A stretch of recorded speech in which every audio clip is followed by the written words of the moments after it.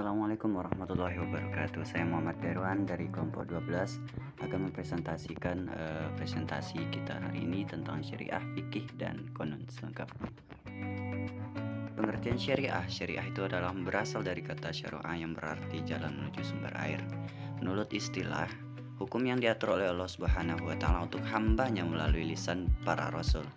Jadi itu baik berbentuk akidah, hukum, akhlak, muamalah, dan sebagainya. Yang secara singkat dapat dikatakan bahwa syariat Islam adalah keseluruhan ajaran Islam yang bersumber dari wahyu Allah Subhanahu wa taala. Syariah di dalam wacana Islam itu syariat memang memiliki makna yang signifikan yang penting karena secara eksplisit tercantum dalam Al-Qur'an dan hadis dari Rasulullah SAW.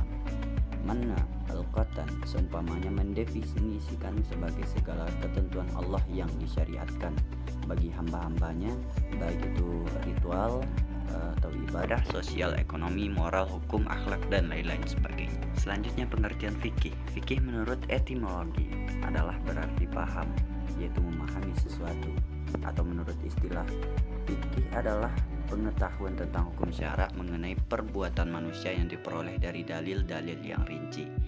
Ada pula menurut ulama itu yang mendefinisikan fikih sebagai usaha yang dihasilkan oleh manusia, baik itu oleh ulama dalam melakukan ijtihad, dianalisis dengan perenungan.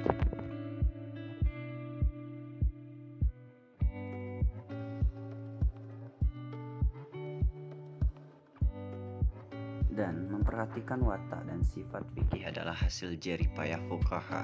Ia dapat saja menerima perubahan atau pembaharuan karena tuntutan ruang dan waktu.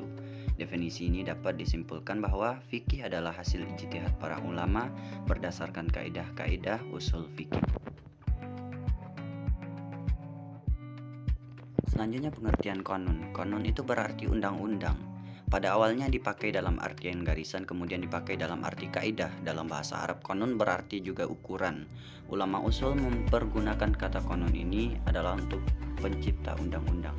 Konon dalam arti kaidah tidak sama dalam arti fikih, karena kaidah fikih itu mencakup bagian ibadah dan muamalah, sedangkan kaidah sebagai kata konon hanyalah mengenai urusan muamalah saja.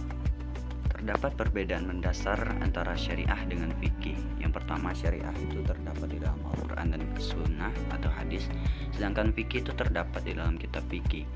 Syariah tentang wahyu Allah dan sunnah atau hadis Rasulullah, sedangkan fikih itu adalah ijtihad dari para ulama.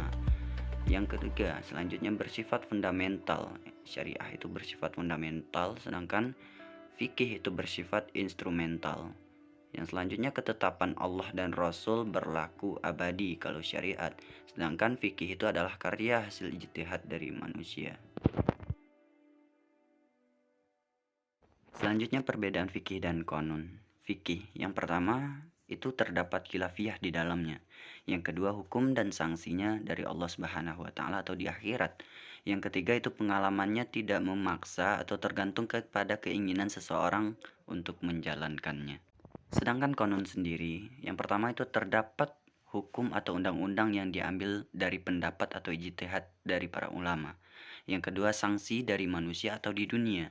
Yang ketiga, hukuman karena di dunia, maka sifatnya memaksa dan diberikan sanksi hukuman di dunia jika ada yang melanggarnya. Dan selanjutnya perbedaan syariah dan konon.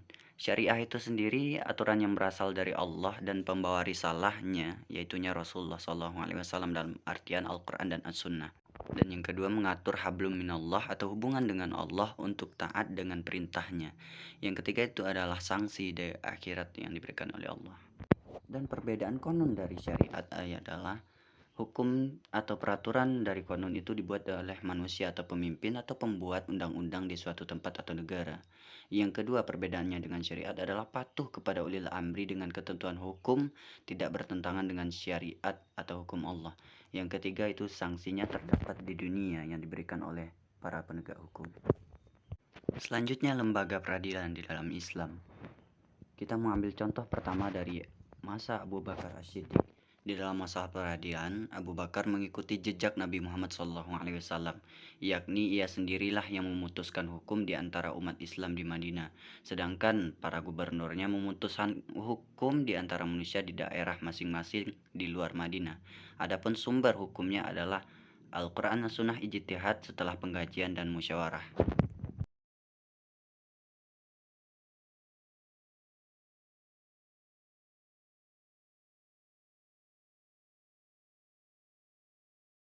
Dan langkah-langkah yang diambil oleh Abu Bakar dalam istinbat hukum, yang pertama mencari ketentuan hukum dalam Al-Quran, apabila ia putuskan berdasar ketetapan yang ada di dalam Al-Quran. Yang kedua, apabila tidak menemukan di dalam Al-Quran, maka mencari ketentuan dalam As-Sunnah. Bila tidak ada, maka ia putuskan berdasarkan ketetapan yang ada sunnahnya.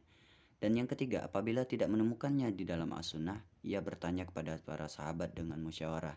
Dan yang selanjutnya, jika tidak ada sahabat yang memberikan keterangan, ia mengumpulkan para pembesar sahabat dan bermusyawarah untuk menyelesaikan persoalan yang dihadapi. Selanjutnya, pada masa Umar bin Khattab, keadaan daerah kekuasaan Islam semakin luas dan menghadapi berbagai masalah politik, ekonomi, sosial, dan budaya. Disebabkan terjadi pertemuan beberapa kebudayaan sehingga Umar perlu memisahkan kekuasaan eksekutif dan juga yudikatif. Para hakim pada masa Umar ini tetap merujuk kepada Al-Quran. Jika tidak melihatnya atau menemukan di dalam Al-Quran, maka mereka mencari di dalam As-Sunnah. Jika tidak, mereka tidak mendapatkan sesuatu di dalamnya, mereka bertanya kepada fuqaha mujtahidin. Apakah di antara mereka terdapat orang yang mengerti dalam suatu mengenai perkara yang dihadapi? Jika didapatkan, maka berpedoman mereka dengan apa yang dikatakan mengetahuinya tersebut setelah dilakukan upaya penguatan. Jika tidak didapatkan, maka mereka mengadakan ijtihad secara kolektif jika topik permasalahan tersebut berhubungan dengan prinsip-prinsip berdasarkan jamaah. Dan selanjutnya pada masa peradilan, pada masa Utsman bin Affan.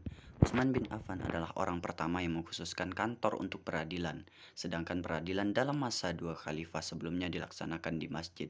Utsman selalu bermusyawarah dengan Ali dan yang lain sebelum mengeluarkan hukum. Utsman pernah menawarkan jabatan kepada Abdullah bin Umar, namun ditolak meskipun Utsman mendesak dan Abdullah bin Umar berkata kepadanya, "Apakah kamu tidak mendengar Rasulullah SAW bersabda, barang siapa yang memohon perlindungan kepada Allah, maka lindungilah dia. Dan saya berlindung kepada Allah jika saya menjabat dalam peradilan." Peradilan di masa Utsman itu sama seperti peradilan di masa dua sahabat sesudahnya. Utsman mengutus petugas-petugas sebagai pengambil pajak dan penjaga batas-batas wilayah untuk menyeru amar ma'ruf nahi mungkar. Dan terhadap masyarakat yang bukan muslim atau yang disebut dengan ahli zimmah, berlaku kasih sayang dan lemah serta lembut dan bersikap adil kepada mereka. Dan selanjutnya itu peradilan masa Ali. Kita bisa melihat ini Ali menetapkan hukum di antara manusia selama di Madinah. Ketika keluar dari Basrah, dia mengangkat Abdullah bin Abbas sebagai gantinya di Madinah dan mengangkat Abu Aswad dalam masalah pemerintahan di Basrah sekalipun dalam pengadilan. Baik rekan-rekan, itulah presentasi dari saya untuk materi kita pada hari ini. Mohon maaf apabila ada kesalahan. Terima kasih atas segala perhatian. Wassalamualaikum warahmatullahi wabarakatuh.